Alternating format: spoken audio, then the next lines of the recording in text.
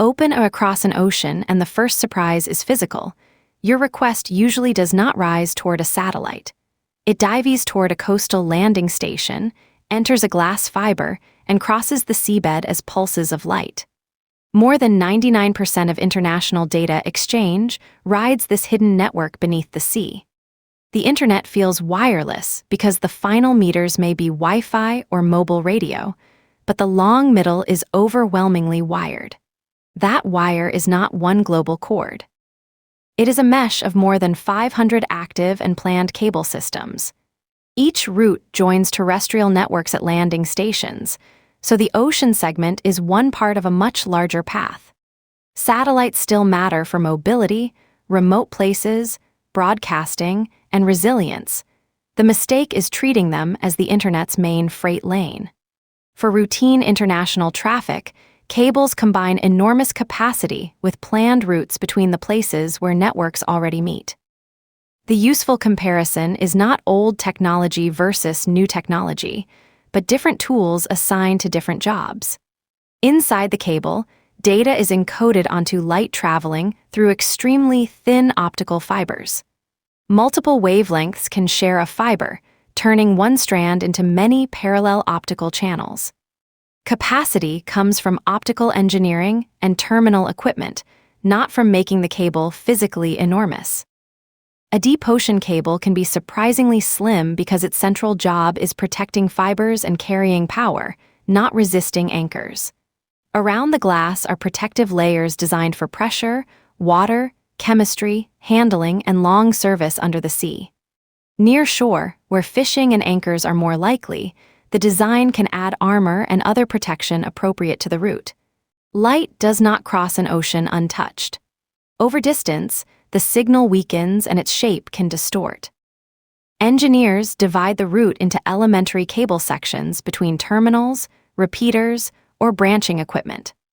Optical repeaters amplify the signal in both directions, so useful information can survive a transoceanic journey. Those repeaters are active machines sealed into pressure-resistant housings thousands of meters from the nearest wall outlet. Landing stations send stabilized electrical current through a conductor inside the cable to power equipment along the route.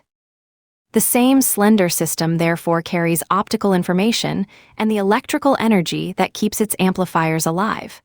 At the coast, the wet segment reaches a beach joint or manhole and becomes a dry land cable. Terminal equipment converts and hands traffic into terrestrial fiber, routers, data centers, and the wider network. The beach is not the destination. It is the seam where an ocean network joins a continental one.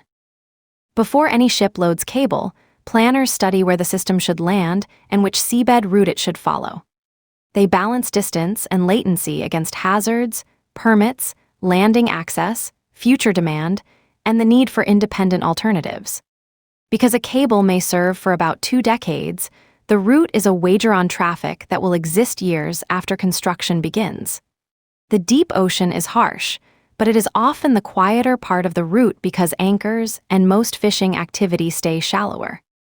Near shore, designers may bury or armor cable because the risk changes with human activity and seabed conditions.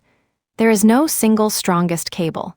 Protection is matched to the specific environment it must cross. The idea began with telegraph wires in the 1850s, when an undersea message was an engineering spectacle. A transatlantic telephone cable arrived in 1956, then optical fiber transformed the scale of what one route could carry. By 1988, a transatlantic optical fiber system was operating, linking the cable era directly to today's internet. The old picture of a copper telegraph wire can hide the modern reality. A cable is now an optical transmission system. Lasers, wavelength channels, amplifiers, power feeding, and terminal equipment work together as one engineered link. Its capacity is defined as much by electronics and optical design as by the glass buried inside the sheath. A cable can still fail. Fishing gear and dragged anchors are leading causes, especially on busy continental shelves. Earthquakes, seabed movement, Aging and other hazards also matter, so resilience cannot depend on an unbreakable cable. The honest design assumption is that some links will eventually be unavailable. When a link is cut, operators identify the affected span and shift traffic onto routes with spare capacity. A branching unit can connect more than 2 cable sections and can help separate optical or power paths. What users experience, therefore, depends on the network around the cable, not only on the damaged fiber itself. Repair is physical. A ship must reach the fault area, recover cable from the seabed, splice replacement sections, test them, and relay the line. Weather, distance, water depth, and the availability of a cable ship all shape the outage timeline. That is why spare capacity and alternative geography are operational requirements, not decorative redundancy. A resilient map does not merely draw 2 parallel lines that share the same beach, trench, or hazard zone.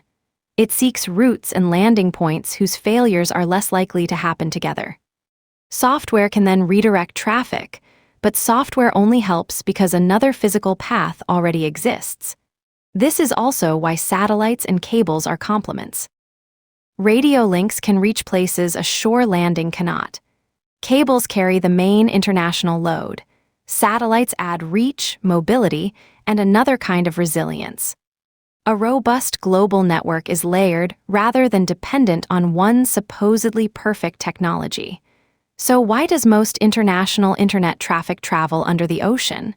Because continents need direct physical links with immense, dependable capacity.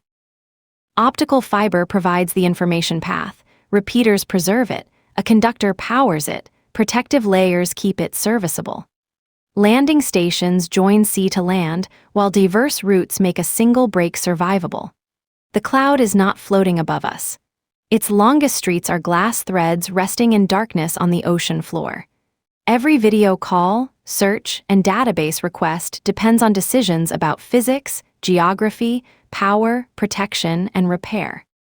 The internet crosses oceans because engineers turn the seabed into the world's quietest and most important data corridor.